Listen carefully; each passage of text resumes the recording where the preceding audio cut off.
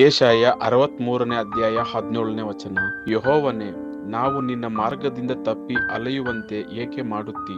ನಾವು ನಿನಗೆ ಭಯಪಡದ ಹಾಗೆ ನಮ್ಮ ಹೃದಯವನ್ನು ಕಠಿಣಪಡಿಸುವುದೇಕೆ? ನಿನ್ನ ಸೇವಕರ ನಿಮಿತ್ತ ನಿನ್ನ ಬಾಧ್ಯವಾದ ಕುಲಗಳಿಗಾಗಿ ತಿರುಗಿ ಪ್ರಸನ್ನನಾಗು.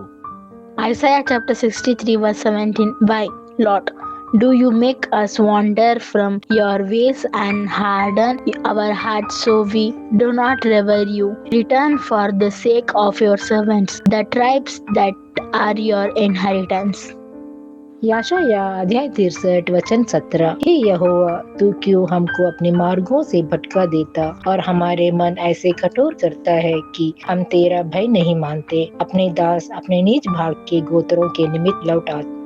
ஏசாயா 63 அதிகாரம் 17 வசனம். கர்த்தாவே, நீர் எங்களை உம்முடைய வழிகளை விட்டு தப்பி போக பண்ணி எங்கள் இருதயத்தை உமக்கு பயப்படாதபடிக்கு கடினப்படுத்துவானே. உம்முடைய ஊழியக்காரர் நிமித்தமும் உம்முடைய சுதந்திரமான கோத்திரங்கள் நிமித்தமும் திரும்பி அருளும். యెషయా 63వ అధ్యాయం 17వ వచనం.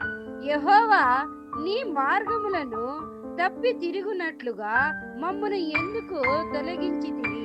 నీ భయము విడిచిపెట్లునట్లు మా హృదయములను నీవెందుకు కఠినపరిచితివి?